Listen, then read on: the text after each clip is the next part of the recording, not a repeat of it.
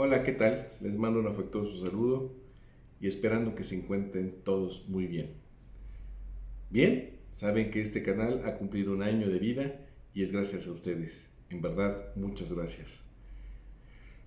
Continuando con este camino de la reflexión de las diversas figuras jurídicas del derecho, hoy me gustaría tratar un tema que muchas de las veces causa un gran dolor de cabeza a todos los justiciables o ciudadanos, como es el famoso contrato de traspaso.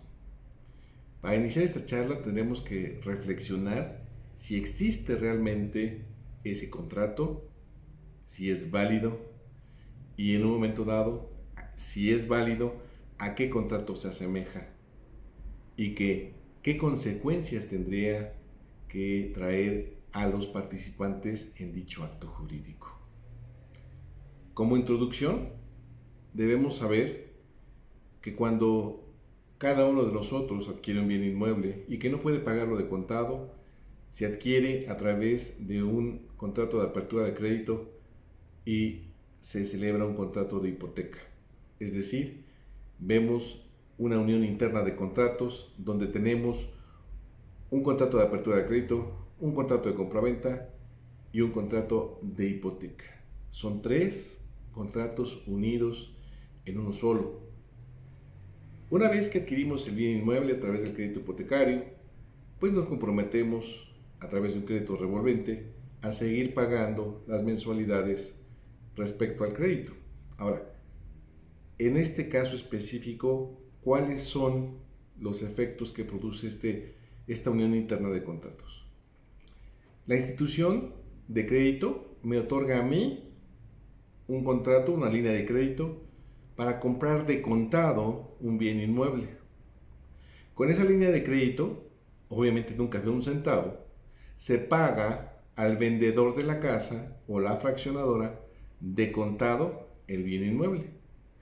Y por ese motivo y por esa razón, yo puedo y tengo potestad de poder hipotecar mi bien inmueble. Vemos la cronología de los contratos. Celebro el contrato de apertura de crédito, pago la compraventa y al mismo tiempo celebro un contrato de hipoteca con quien me dio la línea de crédito. Ahí tenemos ya ese primer paso. Y como segundo paso, tenemos que una vez que ya se me dio la posesión del bien inmueble, pues tengo que seguir pagando el crédito que se me dio, la línea de crédito que se me dio, y queda en garantía el bien inmueble como garantía hipotecaria. Bien. Tercer paso, yo sigo pagando mis mensualidades mes con mes por el plazo que se haya establecido de pago, pero llega el momento en que quizás yo ya no quiera vivir ahí o simplemente ya no deseo seguir pagando. Surge el famoso contrato de traspaso. ¿En qué consiste el traspaso? En que yo hago una licitación o oferta a alguien y le digo, oye, te vendo de traspaso mi departamento, ya no me interesa, pago una mensualidad quizás de 3,000 pesos mensuales, a mí dame quizás 500,000 pesos y yo me voy. Muchas de las veces se celebra el contrato de traspaso, pero no le dan el nombre que le corresponde. En realidad, lo que se está celebrando ahí es un contrato de cesión de deuda, ¿sí? No una cesión de derechos. ¿Me explico? No es cesión de derechos porque la cesión de derechos se refiere a derechos crediticios donde quien cede es acreedor del deudor y obviamente no necesitamos el consentimiento del deudor para que un tercero pueda tomar el papel de acreedor.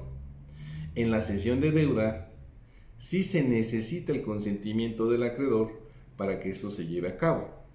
Primer error que caen las partes. Celebran el contrato de traspaso sin el consentimiento del acreedor. ¿De acuerdo? Pero al mismo tiempo celebran, desde mi perspectiva, y lo cual ustedes pueden no compartirlo, una ficción de una compraventa, porque se está poniendo un objeto y un precio. ¿De acuerdo? Y obviamente te doy 500,000 pesos y yo me comprometo a seguir pagando. Compraventa, objeto precio, te lo pago, y yo me comprometo a seguir pagando. Yo estoy haciendo una cesión de deuda, pero al mismo tiempo me estoy subrogando en los derechos de mi vendedor o de mi causante para lo que respecta al crédito hipotecario. Vemos aquí tres figuras jurídicas, ¿sí? No hay ninguna cesión de derechos, hay una cesión de deuda, una ficticia compra-venta y una subrogación de derechos. Sabemos perfectamente que los contratos, en los contratos rige, en la máxima, es la voluntad de las partes, donde cada uno se obliga en la medida que quiso hacerlo.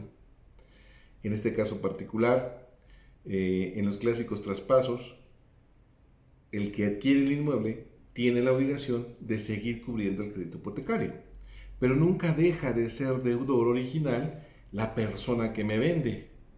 Por eso yo, adquirente, jamás aparezco en los archivos del acreedor. Bajo esos lineamientos, ¿qué sucede? Nosotros, los operadores jurídicos, tenemos que interpretar la voluntad de las partes. Muchas de las veces en la vida práctica me ha tocado asuntos en donde quieren rescindir el contrato de traspaso. Sabemos que la palabra rescisión es la terminación de una relación o de un vínculo jurídico que existe entre una persona llamada acreedor y un deudor por incumplimiento. ¿Cuál es ese incumplimiento? Muchas de las veces en el contrato de traspaso, el vendedor pues le descuentan a través de créditos de Infonavit directamente de su salario la parte correspondiente de la mesada, y quien adquiere el inmueble se compromete a pagárselo, a reembolsárselo. Pero ¿qué pasa cuando el que adquiere no paga? Esa obligación ya es ajena al contrato de compraventa y no podríamos pedir la rescisión del contrato porque estamos en presencia de una obligación distinta. ¿Me explico? Desde mi perspectiva podríamos estar en presencia quizás de un pago de pesos y eso ya estaría muy cuestionable, pero también quizás en una estipulación a favor de tercero. ¿Por qué va estipulación a favor de tercero? Porque yo me comprometo a devolverle la cantidad que a él están descontando de su salario. Pero no confundamos, la compraventa se consumió desde el momento en que estuvimos de acuerdo en objeto y precio. La obligación de que yo continuara pagando el crédito, ¿sí?, no significa que subsiste la compraventa. Esa circunstancia se acabó y se consumó desde el momento en que yo finiquité el precio de la operación. Estamos ciertos en que yo me comprometí a subrogarme en el crédito hipotecario, en pagarlo. Pero si yo no lo hago, se lo están cobrando a esta persona.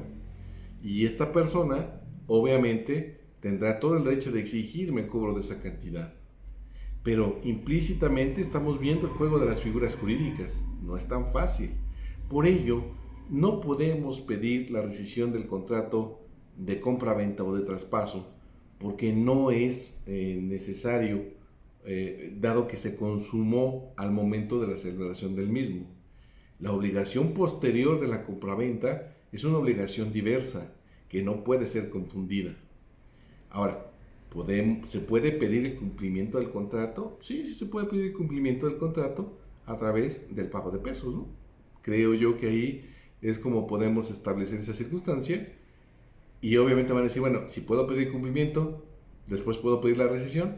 No, no puedes pedir la rescisión, porque ya no vas a pedir la rescisión de nada, porque la obligación es únicamente de pago. ¿Me explico? Porque al final del día, ¿sí?, es una figura muy interesante la que surge entre la persona que le descuentan el pago del inmueble y la persona que se comprometió a pagarle los descuentos que le hicieran. Entonces, la única forma de exigir el cumplimiento es el pago de pesos, desde mi perspectiva. Quizás ustedes podrán tener otra misma, ¿no? En este caso particular, este es un ejemplo. Pero ¿qué pasa en el caso de que la persona sí pague el crédito hipotecario. Sabemos que muchas de las veces se da un poder notarial para actos de dominio, pleitos y cobranzas y actos de administración, con los cuales pues la institución de crédito nunca te va a reconocer a ti como nuevo titular. Podrás justificar que has pagado todo el crédito, pero no te va a justificar de ninguna manera esa circunstancia. Es decir, no una vez que se paga el crédito, te deben de dar una orden de instrucción de cancelación de hipoteca. Pero ¿a quién va a salir esa escritura y esa cancelación de hipoteca? Pues de la persona que te vendió, ¿sale? O sea, sí puedes hacer la cancelación de hipoteca, pero sigues con el problema. Tú quieres que el bien inmueble sea y aparezca a nombre tuyo. ¿Qué es lo que puedes hacer? Bueno, lo que se puede hacer legalmente es, en un momento dado, llevar a cabo un juicio de usucapión para efecto de poder llevar a cabo la cuestión de que se lleve a cabo la transmisión del dominio, justificando con el contrato de compraventa y con el finiquito de pago que ya se llevó a cabo. Bueno, ya se finiquitó el adeudo, el contrato de apertura, ya se finiquitó el gravamen hipotecario, ya se canceló la hipoteca y que ustedes celebraron un contrato de compraventa a título particular y que es en carácter de propietario y que es poseído el bien inmueble de forma pacífica, continua e ininterrumpidamente. De esta forma podrías obtener tu sentencia o tu sentencia, que es un título de propiedad que se inscribe en el registro público. ¿Me explico? Porque sabemos que en ese caso particular se tiene que demandar a quien aparece como propietario en el Instituto de la Función Registral. Ya no afectaría nada el gravamen hipotecario porque tú previamente tramitaste la cancelación de ese gravamen. Ahora, ¿qué pasaría en otra hipótesis? ¿Qué pasaría en el supuesto que no le den ese poder a la persona que en un momento dado finiquitó el precio de la operación de compraventa? Bueno, pues en un momento dado también podría llevar una usucapión en donde la usucapión lo va a declarar propietario, pero lo va a someter al gravamen hipotecario. Es decir, se va con todo y gravamen. ¿Qué tendría que hacer? Aquí la única posibilidad es un segundo juicio en donde tendría que hacer la acción confesoria respecto a la cancelación del gravamen hipotecario. Y por lo tanto tendría que hacerse, ya estaría legitimado porque ya hay una sentencia que le dice que es propietario y entonces podría pedir la cancelación de la hipoteca.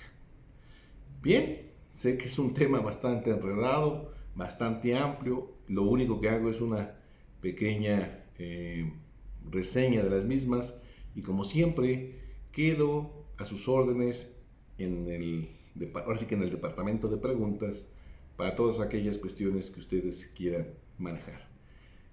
Les agradezco mucho su atención y les mando un afectuoso saludo.